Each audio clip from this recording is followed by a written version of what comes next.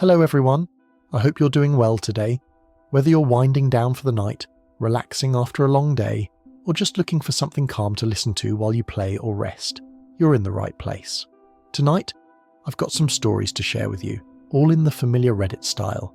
These are the kinds of tales people post when they're looking for advice, understanding, or maybe just to get something off their chest. So let's get comfortable, take a breath, and dive right into the first story. Story 1. Am I the bad guy for refusing to pay for my sister's honeymoon after she drained our family savings? So, for some context, my sister and I grew up in a pretty average family. We never had a ton of money, but our parents were careful with what they had, and over the years they built up a family savings account. It wasn't meant for any one person's personal use. It was something they always said would be there for big family needs, emergencies, maybe putting a down payment on a house one day, or even medical expenses if something came up. The account wasn't massive, but it was meaningful. By the time my sister and I were both adults, it had around $25,000 in it, enough that it could be a cushion for something important. Fast forward to last year. My sister got engaged. I was happy for her. I mean, it's a big deal, right? But almost immediately after the engagement, she started talking about money. And not just wedding money, but honeymoon money too. She and her fiancé wanted this dream trip to Europe. Multiple countries, fancy hotels, luxury restaurants, the works. When I asked how much it would cost, she casually said it was going to be over $15,000. Now that's a lot for anyone. But she and her fiancé don't make much. They both work, but they're living paycheck to paycheck. So naturally she started looking around for other ways to fund it.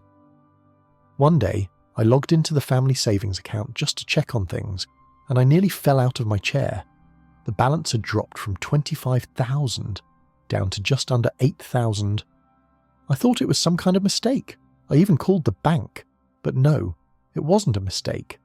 My sister had access to the account just like me, and she had withdrawn $17,000 over the course of a couple of months. When I confronted her, she was defensive at first. She said, "It's family money. And a honeymoon is a once-in-a-lifetime family milestone." I told her that's not what the savings was for, and that she should have asked before draining it.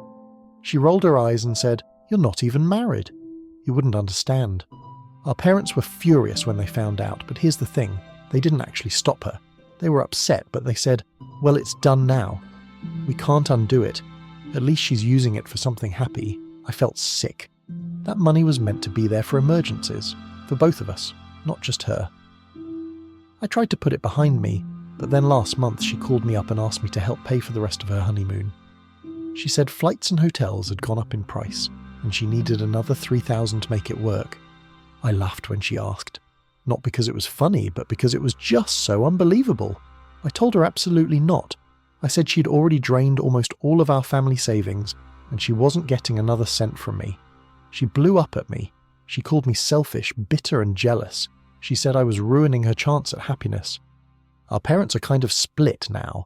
My dad thinks she's out of line and that I'm right to refuse, but my mum says I should just let it go and help my sister, because family's family, and apparently this is just money.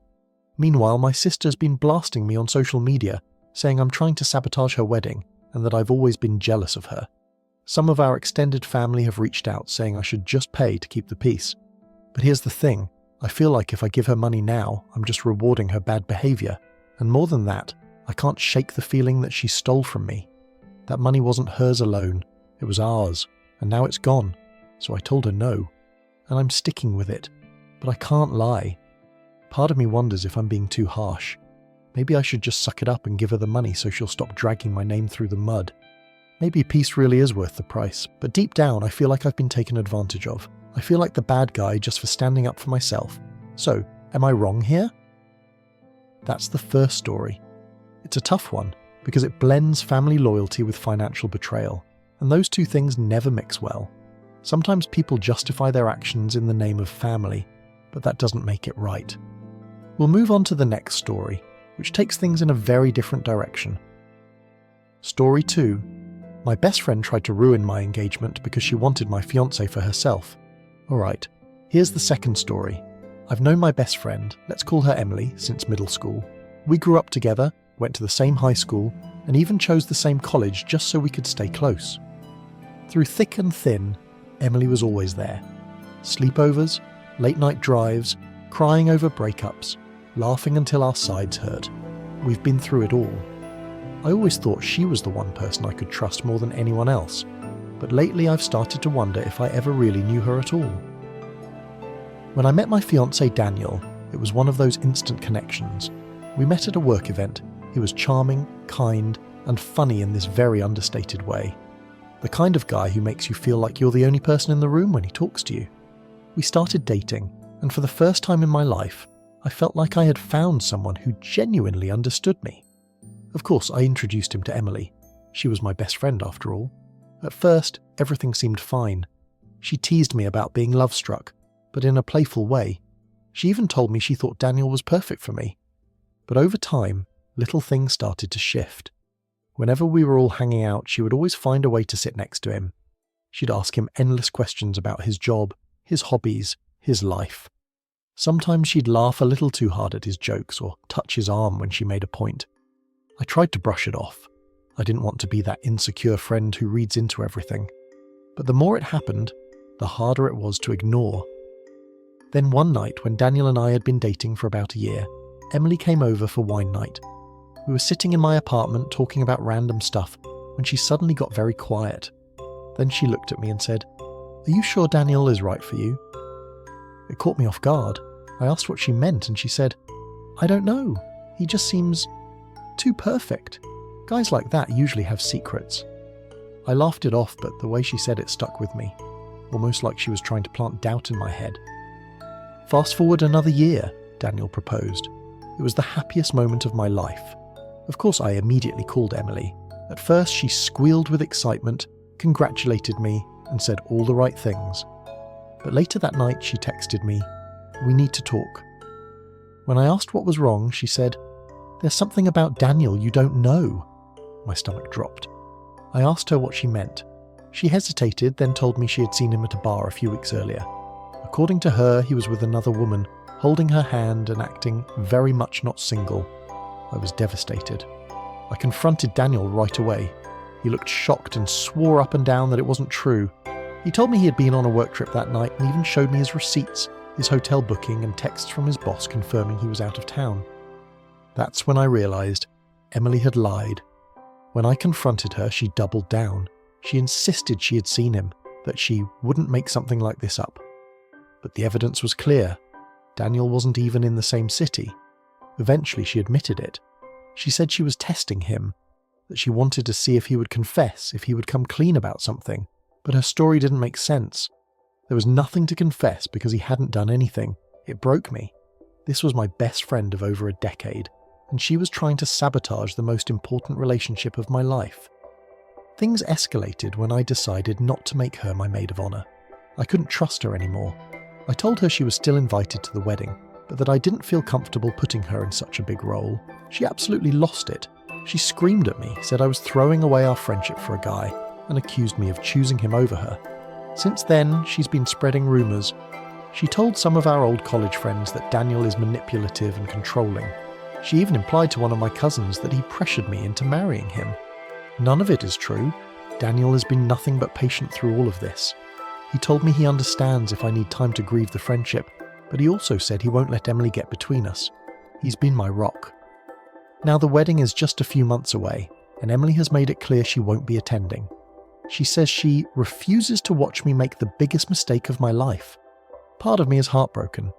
This is the girl I used to plan future weddings with when we were teenagers. We used to talk about being each other's maid of honor, raising our kids together, being next-door neighbours, and now she's basically cut me off because she couldn't have the one thing she wanted, my fiancé. I can't help but wonder what would have happened if I'd believed her, if I had doubted Daniel, if I hadn't checked the facts. Would I have thrown away my relationship? Would I have ended up alone while she swooped in to take my place? It makes me sick to think about. So here I am, caught between mourning a friendship and protecting my relationship, and I can't help but ask myself, was Emily ever really my friend at all? That's the second story. It's heavier, more scandalous than the first, but it highlights something that comes up often in these kinds of posts. Trust. Trust in friends, trust in partners, and what happens when those lines get blurred. Next up, we'll explore another story. one that shifts gears into something more subtle, but no less complicated. Story 3. My partner's mum secretly moved into our apartment while I was away, and now I'm being painted as the bad guy for asking her to leave. I never thought I'd be the kind of person to post something like this. But lately my life feels like it's been turned upside down, and I can't tell if I'm overreacting or if everyone around me is gaslighting me into believing I'm unreasonable. So here's the story. I've been with my partner Alex for almost 4 years. We live together in a 2-bedroom apartment in the city. It's not fancy, but it's ours. We both work, we split the bills evenly, and up until recently I thought we were on the same page about most things. Alex's mom, though, let's call her Marlene, has always been a bit intense. She's one of those people who believes that family comes first no matter what. And when I say no matter what, I mean she genuinely thinks her opinions and her needs should take priority over anything else. From the beginning, she never really warmed up to me. She was polite, sure, but there was always this undercurrent of disapproval. Like she couldn't quite figure out why Alex would choose me. She'd make these little comments like, "Oh, you don't cook much, do you?" Or "Your family isn't from around here, right?" Small things that stung more than they should have.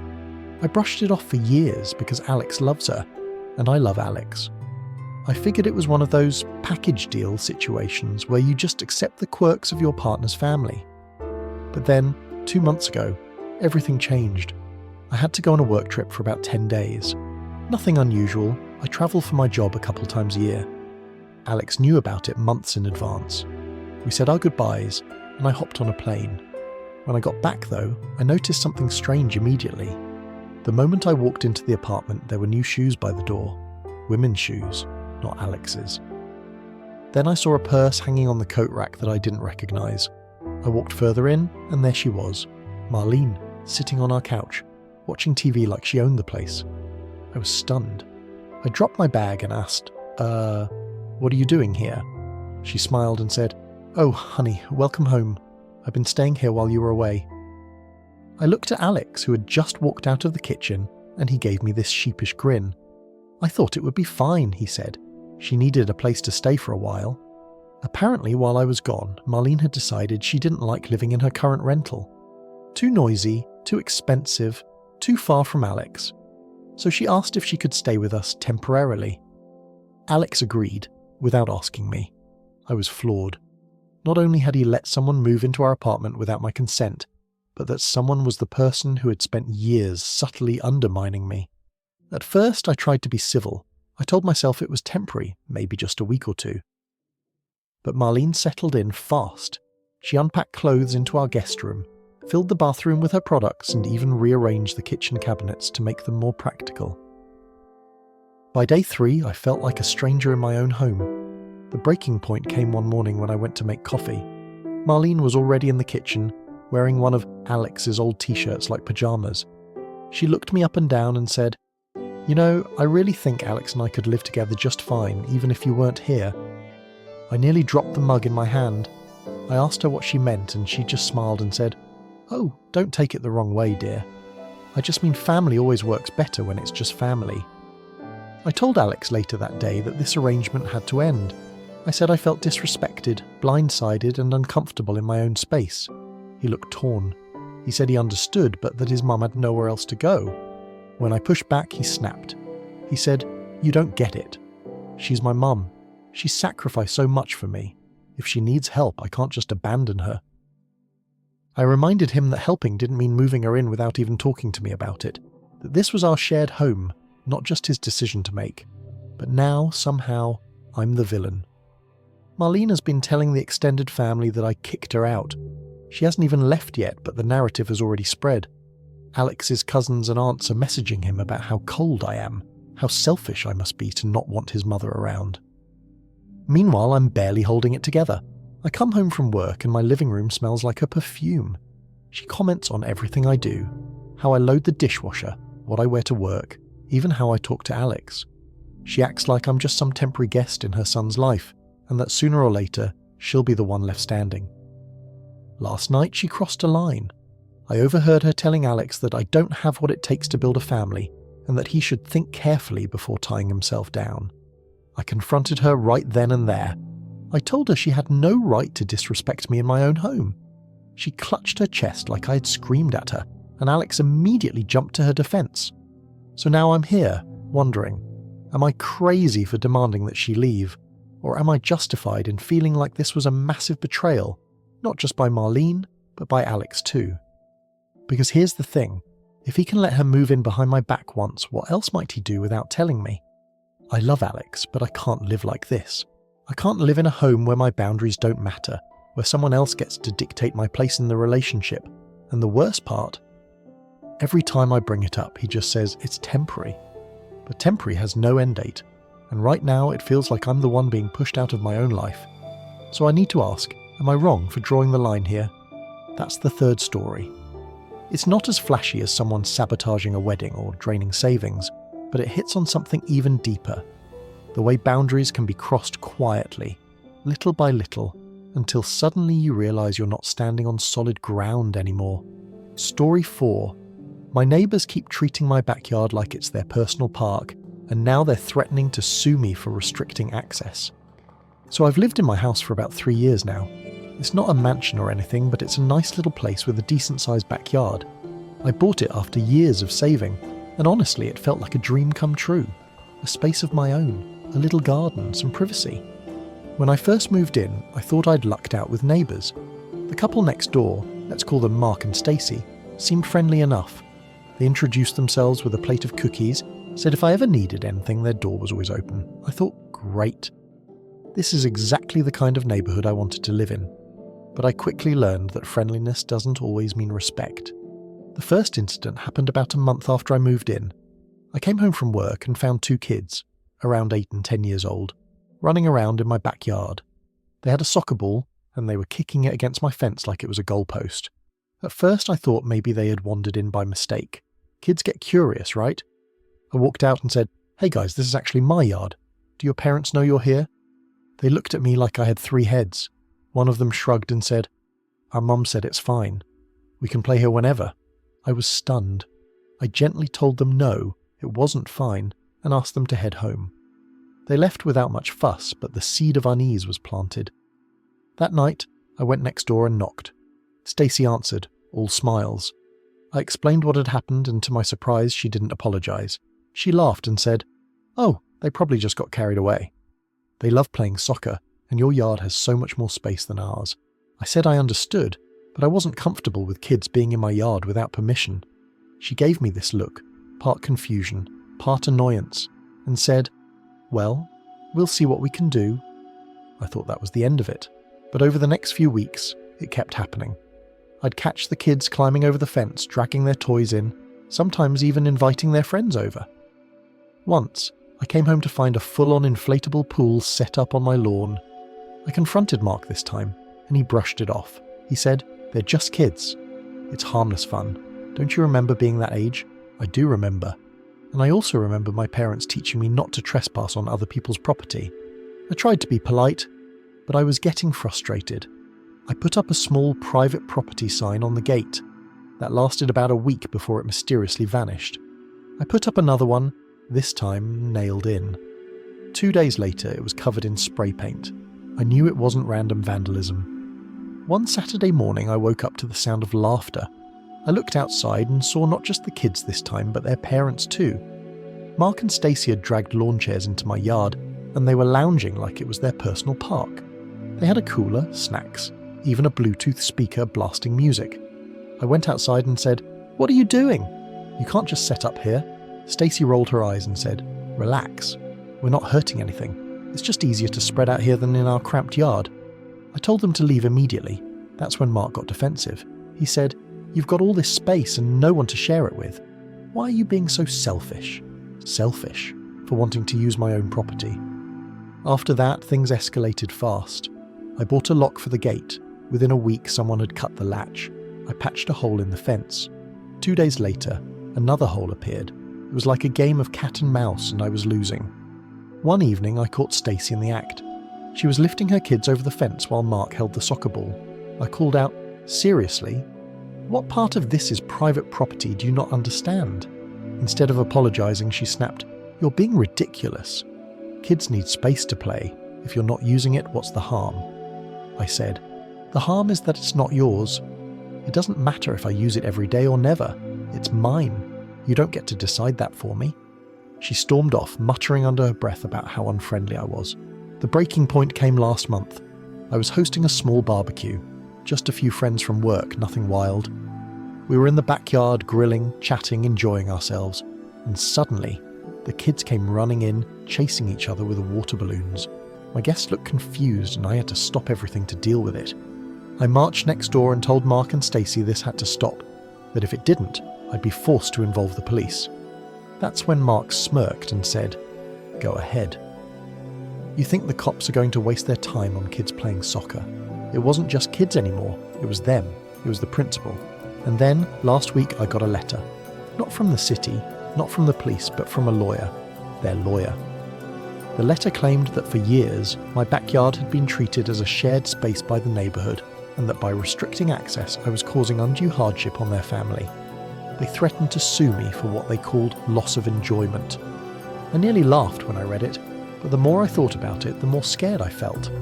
I don't have the money for a legal battle, and even if it's frivolous, the stress alone is overwhelming. My friends say I should install cameras, maybe even get a lawyer myself. My parents say I should consider moving, but why should I be the one to leave when I did nothing wrong? Now every time I look out my window I feel tense. I see that fence not as a boundary but as a dare. How long until they cross it again? How long until this blows up into something I can't control? And the worst part? A small nagging voice in my head keeps asking if I should have just let it go. If maybe I should have just turned a blind eye and shared the space. But I know that's not right. I know if I give an inch they'll take a mile. Still, I can't shake the guilt.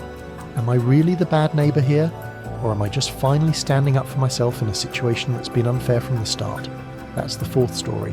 It's one of those nightmare neighbour situations that starts small, almost laughable, and spirals into something that feels impossible to resolve. It touches on entitlement, boundaries, and the way people can twist the idea of community into an excuse to trample over others. Story 5. My boss tried to make me cover up his mistake, and now I'm being blamed for the fallout. I've been working at my job for almost 6 years now. It's not glamorous, but it pays the bills. I'm in the accounting department of a mid-sized company, the kind where everyone knows everyone, but not in a friendly way, more like in a people gossip about your lunch breaks way. For the most part, I've kept my head down. I do my work, I keep my numbers clean, and I avoid the politics as much as I can. But sometimes, no matter how careful you are, you end up getting dragged into the mess anyway. My boss, let's call him Richard, has always been a little slippery. On the surface, he's charming. He knows how to talk to the higher-ups. He's great at shaking hands, smiling, and saying exactly what people want to hear. But behind closed doors, he's careless. He cuts corners, makes snap decisions, and then expects everyone else to clean up after him. I've learned to tread lightly with him. If something goes wrong, it's never his fault. He always finds a way to pin it on someone else. A few months ago, we were working on quarterly reports. Pretty standard stuff. But there was one section that was way off. Tens of thousands of dollars missing from where they should have been. I triple-checked my entries and everything on my end was fine. When I brought it to Richard, he waved it off. He said, "Oh, don't worry about that. I'll handle it." That should have been my first red flag, but I let it go. 2 weeks later, the CFO called an emergency meeting. There was a massive discrepancy in the budget, and nobody could figure out why. Suddenly Richard was sweating bullets. He pulled me into his office and said, "Listen, when they ask, just say it was a clerical error. Tell them you mistyped something." I froze. I asked him what he meant. He said, "It doesn't matter. Just take the hit. They'll believe it was you, you're not in trouble, it'll blow over." I told him no, I wasn't about to lie to the CFO or anyone else to cover up something I didn't do. Richard's face changed in an instant. His fake charm vanished, and he looked at me like I was his enemy. He said, "You don't want to make this difficult for yourself." The meeting came, and sure enough, the CFO asked about the discrepancy. Richard immediately jumped in and said, "Oh, I think it was just a clerical mistake from one of our team members. Isn't that right?" And he looked right at me. I didn't back down. I calmly said, "No, sir. My reports are accurate. I verified them multiple times. The issue isn't on my end." The room went silent. Richard's smile faltered. The CFO frowned and started asking deeper questions. Long story short, after hours of digging, it came out that Richard had approved a vendor payment that wasn't authorised. He had signed off on it without checking, and the money had basically disappeared into thin air. The CFO was furious. He tore into Richard, demanded an explanation, and said this could lead to a full audit. You'd think that would have been the end of it, but no. Richard came after me with a vengeance. The next week I started noticing little things, tasks I'd supposedly forgotten to complete, except I had done them. Emails I supposedly hadn't answered, except I had proof I had replied. He started CCing the entire department on every message he sent me, framing it like I was constantly messing up. Co-workers started whispering. Some avoided me altogether. I felt like I was walking around with a target on my back. One day I overheard him in the break room talking to another manager. He said, "She's unreliable. I don't know how much longer I can keep covering for her." Covering for me, like I was the problem. I thought about going to HR, but here's the thing. Richard and the HR director are close. I've seen them having drinks after work, laughing together. I knew if I went to her, it would just make things worse, so I started documenting everything.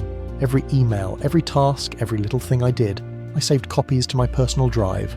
I even started writing down conversations word for word, just in case.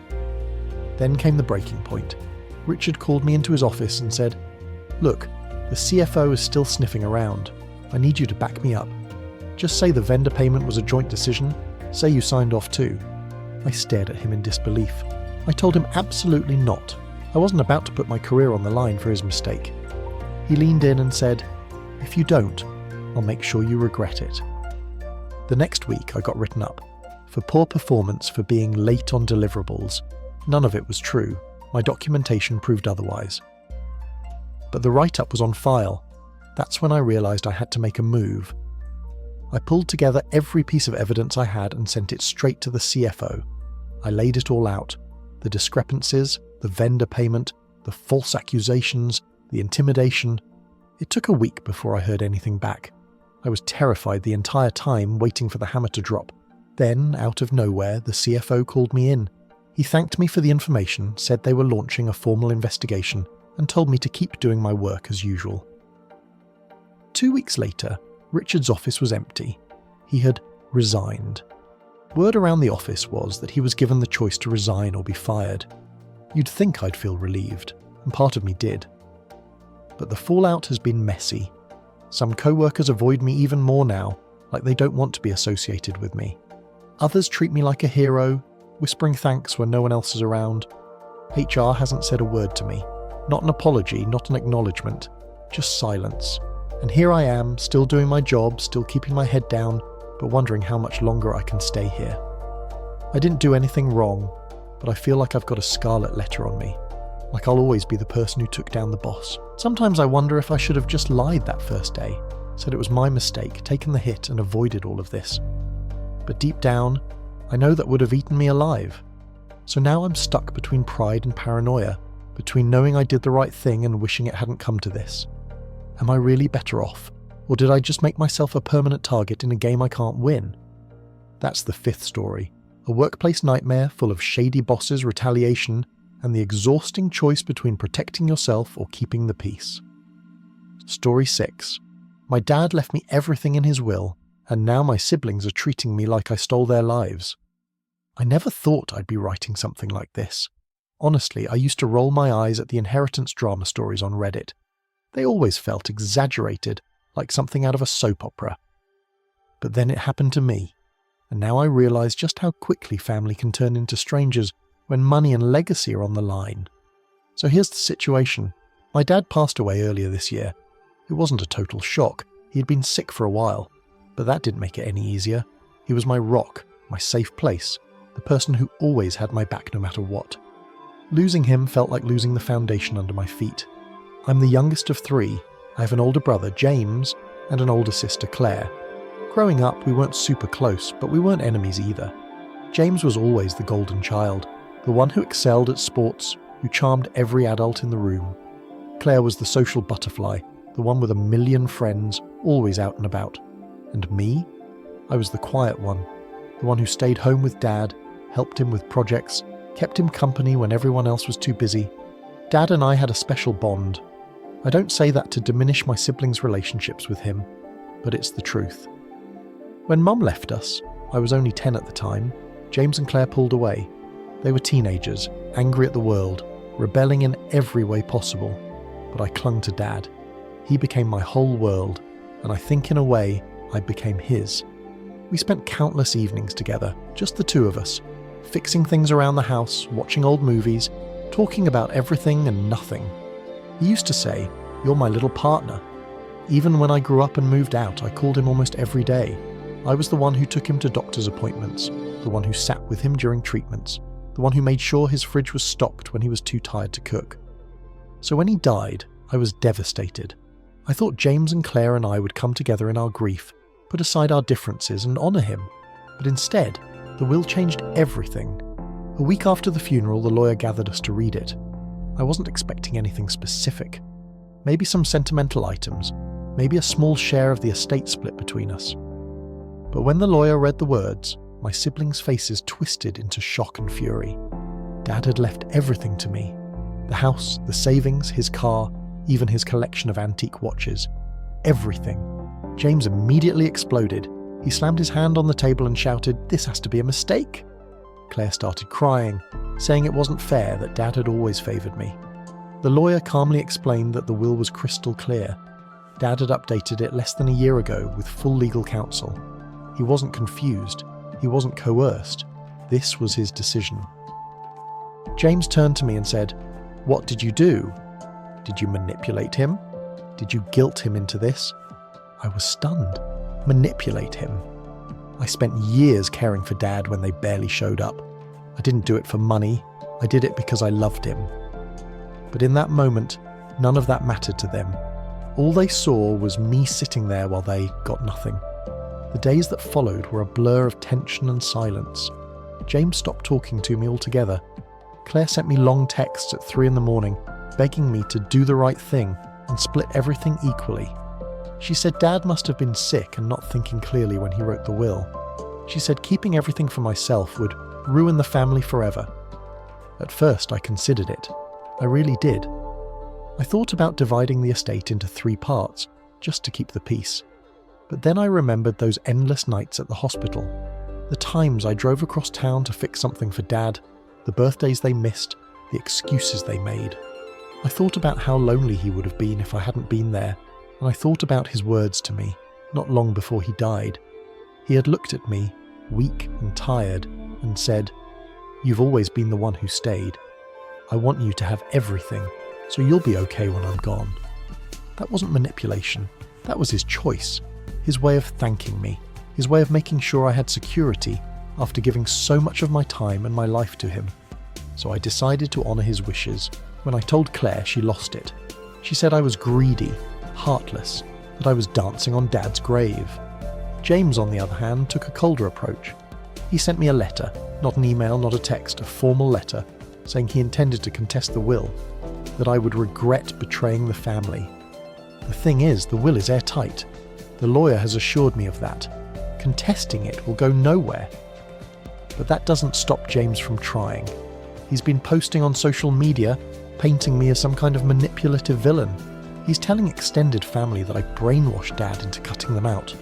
Some relatives have even called me, saying I should just split the estate to avoid drama. But why should I?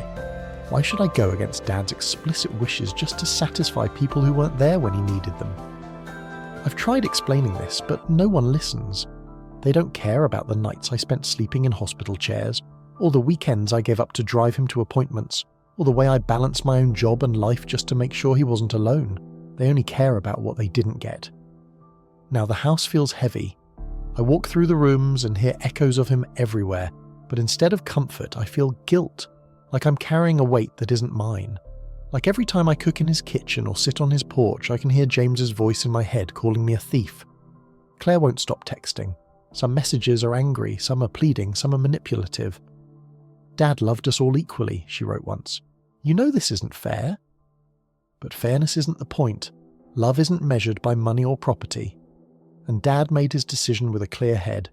Still, I feel torn. Am I being stubborn? Should I split everything just to salvage what's left of my family? Or would that be disrespecting Dad's final wishes, the wishes he was so deliberate about?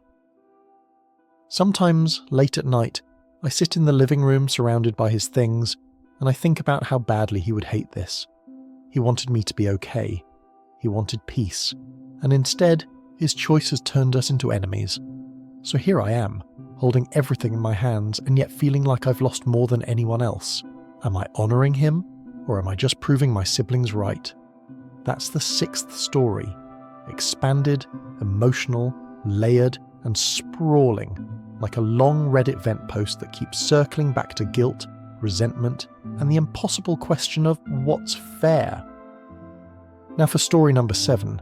My roommate turned my life into a nightmare, and now she's trying to sue me for emotional distress. Okay, let me start by saying, I thought I had found the perfect roommate. And maybe that was my first mistake, thinking anything about living with strangers could ever be perfect. I moved into this apartment a little over a year ago. It's a decent place, 2 bedrooms, 1 bathroom, not too expensive for the city. I couldn't afford it on my own, so finding someone to split the rent with was my only option. Enter Hannah. I met her through a friend of a friend. On paper, she seemed ideal. She had a steady job at a marketing firm, she was polite during our first meeting, and she even brought me coffee when we went to look at the apartment together. She said she was tidy, respectful, and that she mostly kept to herself. Honestly, she sold herself better than some people sell houses. At first, everything was fine. For the first month, she paid rent on time, cleaned up after herself, and even baked cookies once, which made me think, wow, this might actually work out. But then, the mask slipped. It started with little things, dishes piling up in the sink, even though we had agreed to wash them right away. Clothes left in the dryer for days, meaning I couldn't do my laundry. Loud phone calls at 2 a.m. echoing through the thin walls while I tried to sleep. I brought it up gently at first. Hey, could you maybe keep the late night calls down? I have to get up early for work. She laughed it off and said, Oh, sorry, I didn't realise I was that loud. But nothing changed. Then came the food. Hannah started eating mine. At first, it was small things. A yogurt here, a slice of bread there. I figured fine, maybe she was in a rush and forgot to replace it. But then it escalated. Entire leftovers vanished from the fridge. My carefully packed lunches were gone the next morning. Once I opened the fridge to find she had eaten half of a cake my mum had baked for me. Not just a slice, half the entire cake. When I confronted her, she shrugged and said, Food's meant to be shared, right? We're roommates, not strangers. I told her no, that wasn't how it worked, and if she wanted something, she needed to ask. She rolled her eyes and muttered something about me being uptight. That was the beginning of the downward spiral. The guests. One Friday night I came home to find 5 people in our living room, none of whom I knew. They were sprawled on the couch drinking, blasting music, and one of them had even lit up a cigarette. Indoors.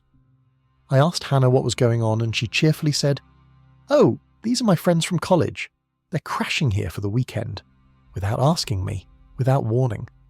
I gritted my teeth and let it slide, thinking maybe it was a one-time thing. But it wasn't. Over the next few months, Hannah treated our apartment like an open-door hostel. Friends, co-workers, random acquaintances. They were always there. Sometimes for a night, sometimes for a week. One guy stayed so long I started to wonder if he was paying rent somewhere else. It got to the point where I couldn't walk into my own kitchen without bumping into some stranger cooking pasta or making coffee. And the bathroom? Forget it. Half the time I'd be late for work because some random person was hogging the shower. The bills. Things really started to unravel when it came to money. Rent was always late. Not by much at first, a day or 2, but it became a pattern. Then it stretched into a week, then 2. Every month I was scrambling, trying to cover the full rent so we wouldn't get penalised, while Hannah promised she'd Venmo me soon. Utilities were even worse. I'd pay the electric bill and she'd forget to pay me back. I'd cover the Wi-Fi and she'd act like it was a favour I was doing for both of us. One month she flat out refused to pay for water. She said, Water is a human right. You can't charge me for that. I just stared at her, speechless. This wasn't a political debate, this was a shared bill. The pets. Then came the pets. When we moved in, we agreed no pets. The lease didn't allow it, and neither of us wanted the extra responsibility. But one day, I came home to find a cat in the living room, a fluffy orange tabby sitting on the couch like it owned the place. Meet Pumpkin, Hannah said brightly. I reminded her about the lease. She waved her hand and said, Oh, no one's going to know. Except the landlord did know, because Pumpkin immediately started scratching the doors and leaving fur everywhere. A month later, there was a dog, a huge slobbering golden retriever named Max. Now we had both a cat and a dog in a 2-bedroom apartment that didn't allow pets. Max barked constantly. Pumpkin shredded the furniture. The place reeked of fur and litter. I was at my breaking point. It all came to a head one night around 3 a.m. I woke up to shouting. I stumbled into the living room to find Hannah and her latest guest screaming at each other. He was waving his arms, she was throwing things, and the dog was barking like crazy. I told them to quiet down, that people in the building were trying to sleep. The guy turned on me and said, "Mind your own business." That was it. I told Hannah she had 30 days to move out. I was done. She laughed in my face. "You can't kick me out. This is my home too." I said, "Then start acting like it, because right now, you're treating it like a circus." The next day, I emailed the landlord, explained everything, and asked about the process of removing her from the lease. The landlord wasn't thrilled, but after hearing about the unauthorised pets and guests, he agreed to start the paperwork. When Hannah found out, she went ballistic. She accused me of betraying her, of being heartless, of ruining her life. She screamed that I was selfish, that I only cared about myself, that I had set her up to fail. And then, I kid you not, she threatened to sue me for emotional distress. She said being forced to leave would traumatise her, and that I'd hear from her lawyer. Of course, no lawyer ever materialised, but she made my life hell for the rest of the month. She threw parties every night. She accidentally unplugged the fridge, spoiling all my food. She locked the bathroom door when she left the house so I couldn't use it. By the time she finally moved out, I was a shell of myself. I had lost weight, I wasn't sleeping, and I dreaded coming home every day. Now the apartment is quiet again, peaceful, but I still feel haunted by her. Like any noise in the hallway makes me jump, expecting her to burst back in with some new chaos, and I keep asking myself, was I wrong? Should I have handled it differently? Or was I right to finally stand up for myself, even if it meant becoming the villain in her story? That one's a doozy. I hope you're ready for the next one. Story number 8. My cousin hijacked my wedding reception for her pregnancy announcement, and my family says I'm the one who overreacted. When I got engaged, I knew planning a wedding would be stressful. I'd heard all the horror stories, bridezillas, family drama, things going wrong at the last minute, but I never in a million years thought the biggest disaster would come from someone I've known my whole life, my cousin Lila. Now, for context, Lila and I grew up more like sisters than cousins. Our mums are sisters, and our families spent every holiday, every birthday, every summer cookout together. We were inseparable as kids, but as we got older, the cracks started to show. Lila has always been competitive. If I got an A, she needed an A+. If I joined a club, she suddenly wanted to join too. If I got a new jacket, she'd borrow it until it became hers. It was little stuff back then, but it set the tone. When we both started dating seriously, the competition got worse. I met my now husband, Ryan, in college. We hit it off instantly, and by the time we graduated, we were talking about a future together. Lila, meanwhile, was dating this guy named Trent. Their relationship was rocky from the start. Lots of breakups, makeups, drama. But every time I shared a milestone, Lila tried to one-up me.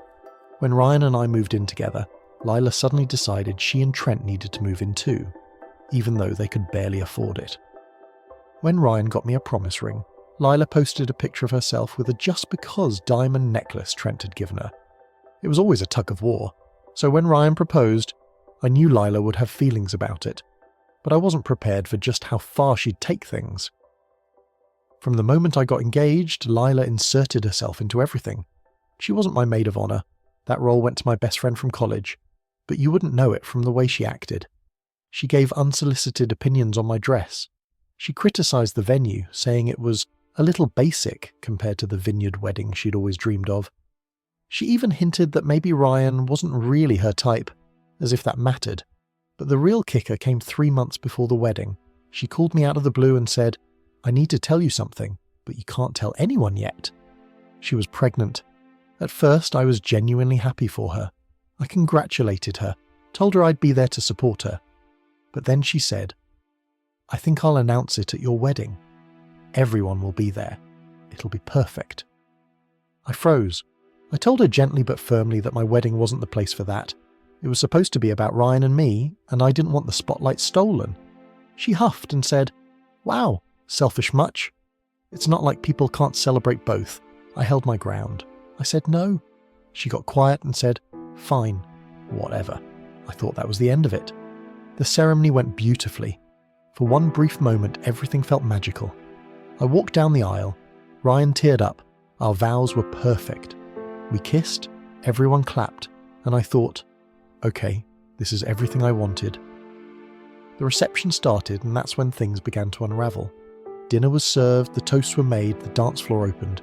People were laughing, eating, drinking, having a great time. I finally let myself relax. And then, right as the DJ announced it was time to cut the cake, I noticed Lila standing near the stage holding a microphone. Before I could even process what was happening, she said, "Excuse me everyone, can I have your attention?" The room went quiet. I felt my stomach drop. Lila beamed and said, "I know today's about celebrating love, but I just have to share some exciting news. I'm pregnant." The crowd gasped, then erupted into cheers. People clapped, whistled, shouted congratulations. Meanwhile, I stood there frozen, cake knife in hand, feeling like the floor had been ripped out from under me. Ryan squeezed my hand, trying to ground me, but I could see the fury in his eyes too. For the next 15 minutes, the reception turned into Lila's show. Guests swarmed her, asking how far along she was, if she knew the gender, how Trent felt about it. People took selfies with her, toasted her, even started chanting her name at one point. And me, the bride, I was suddenly invisible. When things finally calmed down, I pulled Lila aside. I didn't want to make a scene, but I couldn't hold it in. I said, "What the hell was that? I told you not to do this." She smirked and said, "Relax. Everyone's still celebrating you." This just made the night even more memorable. I told her she was selfish, that she had hijacked my wedding, that she had disrespected me in front of everyone. She rolled her eyes and said, "God, you're so dramatic. Not everything has to be about you." I walked away before I said something I'd regret, but the damage was done. The next morning, my phone blew up. Half the family was posting about the wedding, but not the vows, not the dancing, not the cake. Number. They were posting about Lila's pregnancy announcement. Pictures of her glowing, videos of her speech, captions like, "So excited for the next generation." My wedding was buried under her news. I cried. I felt like my one special day had been stolen from me, overshadowed by someone who couldn't stand not being the centre of attention. When I confronted her again later that week, she doubled down. She said, "You're overreacting. People are happy for me. That doesn't take away from your marriage." But it did. It took away the spotlight, the joy, the once-in-a-lifetime feeling of being celebrated for my milestone. And now, to make it worse, some family members are siding with her. They're saying I'm being petty, that family comes first, that babies are a bigger deal than weddings. But others, my friends, some cousins, are firmly on my side. They say what she did was unforgivable, that it was a calculated move to steal the show. Ryan told me he supports me no matter what, but he also doesn't want me to cut her off completely. He says it's not worth the family drama. But I don't know. I don't know if I can forgive her. Because every time I look at my wedding photos, all I see is her in the background, smiling like the cat that got the cream. And I can't shake the feeling that she'll always find a way to turn my milestones into her stage. So I'm stuck wondering, am I wrong for wanting to cut her out of my life? Or am I finally justified in saying enough is enough? Now time for our 9th and final story for today. I found out my best friend has been secretly sabotaging me for years, and now everyone's asking me to forgive her. I don't even know where to start with this one. Honestly, it feels like my entire life has been flipped upside down. I keep going back through years of memories, replaying conversations, wondering if everything I thought I knew about my best friend was a lie. Her name is Sarah, or at least for this story, I'll call her that. We met when we were 12 years old, the first day of 7th grade. I was shy, awkward, terrified of middle school. She was bold, funny, and instantly popular. And for some reason, she decided I was worth talking to. From that day on, we were inseparable. We sat together at lunch, slept over at each other's houses, whispered secrets into the night. She called me her other half, and I believed it. Through high school, college, even into our 20s, she was the one constant in my life. But now I don't even know who she is. Looking back, the signs were there. Small things that didn't make sense at the time. like in high school when I had a crush on a guy in my math class. I told Sarah about him, how cute he was, how I hoped he'd ask me to the dance. 2 weeks later, she was dating him. She swore she hadn't known I liked him, even though I'd poured my heart out to her. Or in college, when I applied for an internship I was really excited about. I told Sarah the details, the name of the company, even helped her edit her resume for a completely different role somewhere else. But somehow she applied for the same internship and got it. When I asked why, she just said, "Well, they posted it online." It's fair game. I brushed those moments off. I told myself she was ambitious, competitive, maybe even a little clueless about how her actions hurt me. But deep down, I think I knew. I just didn't want to face it. Fast forward to this year. I got a big promotion at work, something I had been working toward for years. I was thrilled. I couldn't wait to celebrate. Naturally, I called Sarah first. Her reaction was lukewarm. She said, "That's great," but her voice was flat. She didn't ask for details, didn't suggest celebrating, she just changed the subject. I thought maybe she was having a bad day. But then, a week later, I heard from a coworker that Sarah had been bad-mouthing me to people in my own office. That didn't even make sense.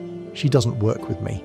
But apparently she knows someone in my department through a mutual friend, and she told them that I wasn't really qualified, that I had slept my way to the top. When I confronted her, she laughed. She said, "Oh my God, people take jokes so seriously." I was just kidding, but it wasn't a joke. It planted seeds of doubt. Suddenly I was side-eyed in meetings. I had to work twice as hard to prove myself all over again. The real betrayal came last month. I had been dating someone new. Let's call him Matt. We'd been together about 6 months and things were going well. For the first time in a long time, I felt like I could see a future with someone. I introduced him to Sarah thinking she'd be happy for me. At first she seemed fine, friendly even, but then Matt started acting distant, cancelling dates, making excuses. One night after he'd bailed on dinner yet again, I asked him what was going on. He hesitated, then admitted that Sarah had been messaging him, telling him things about me. Horrible things. She told him I was clingy, that I made up stories to get sympathy, that I was cheating on him with a guy from work. None of it was true, but Matt didn't know what to believe, and the doubt ate away at us until finally he broke up with me. When I confronted Sarah, she didn't deny it. She said, "I was just looking out for him. He deserves to know the truth." The truth? She was the one lying, and she looked me dead in the eye while she said it. I cut her off after that, blocked her number, unfollowed her on everything. I thought that would be the end, but Sarah doesn't let go easily. She started reaching out to mutual friends, painting herself as the victim. She told them I was overreacting, that I was jealous of her success, that I had abandoned her after everything we'd been through. Some people believed her, others didn't, but the damage was done. My social circle split in half. Suddenly, people I'd known for years were picking sides. The final blow came when one of my oldest friends, someone who had known us both since high school, told me that Sarah had been talking about me behind my back for years, that she would confide in people, saying I was too sensitive, too needy, holding her back, that every time I accomplished something she'd downplay it or twist it into a negative. And I realised this wasn't new. This had been happening the whole time. So here I am, 30 years old, looking back at nearly 2 decades of friendship, wondering if any of it was real. Did she ever actually care about me? Or was I just a convenient sidekick, someone she could lean on while secretly resenting me? People keep telling me to forgive her. They say she's like family. They say, "You've been friends too long to throw it away." But how do you forgive someone who systematically sabotaged your relationships, your career, your reputation? How do you rebuild trust when you realise the foundation was never there to begin with? I miss the person I thought she was, but that person doesn't exist. So now I'm stuck between grief and rage, between missing my best friend and hating the stranger she turned out to be. And I can't help but wonder, am I overreacting by cutting her off completely? Or am I finally seeing the truth for what it is? Well, everyone, that's where we'll wrap things up for tonight. Thank you so much for spending this time with me, for listening to these stories and for being here. Whether you were playing a game, winding down after a long day, or just letting this play in the background, I hope it gave you something to think about, or at least a little company. If you enjoyed it, I'd love for you to come back next time, so be sure to hit that subscribe button. There are always more stories to share, and I'd be glad to have you here again. Till then, take care of yourself, get some rest if you can, and remember, you're never alone. Good night.